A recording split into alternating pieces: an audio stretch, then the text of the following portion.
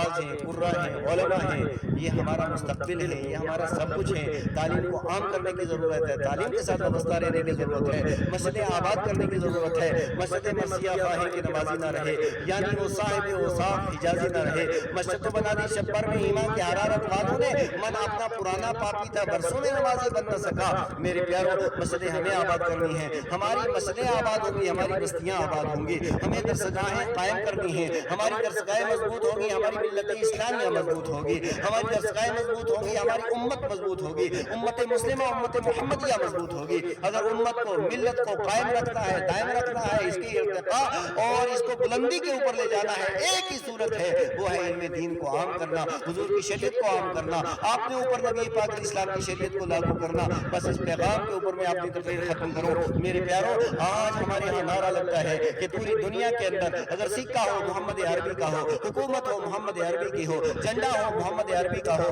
بہت اچھی فکر ہے اور ہر ایک انسان ہر مسلمان کا یہ جذبہ ہے، لیکن میں آپ سے پوچھنا چاہتا ہوں، اللہ تبارک و تعالیٰ نے ہمیں ایک جگہ کا حکمراں بنایا ہے، ایک جگہ کا بادشاہ بنایا ہے، ایک جگہ سکہ ہمارا چلتا ہے، وہ کون سا علاقہ، وہ کون سی سلطنت ہے؟ وہ ہے ہمارے گھر کی چار دیواری۔ ہمارے گھر کی چار دیواری کے اندر نہ مودی کی حکومت چلتی ہے، نہ امت شاہ کی چلتی ہے، نہ کسی اور کی چلتی ہے، وہاں پہ حکومت ہماری چلتی ہے۔ میں پوچھنا چاہتا ہوں، کیا ہماری گھر کی چار دیواری کے اندر اسلام ہے؟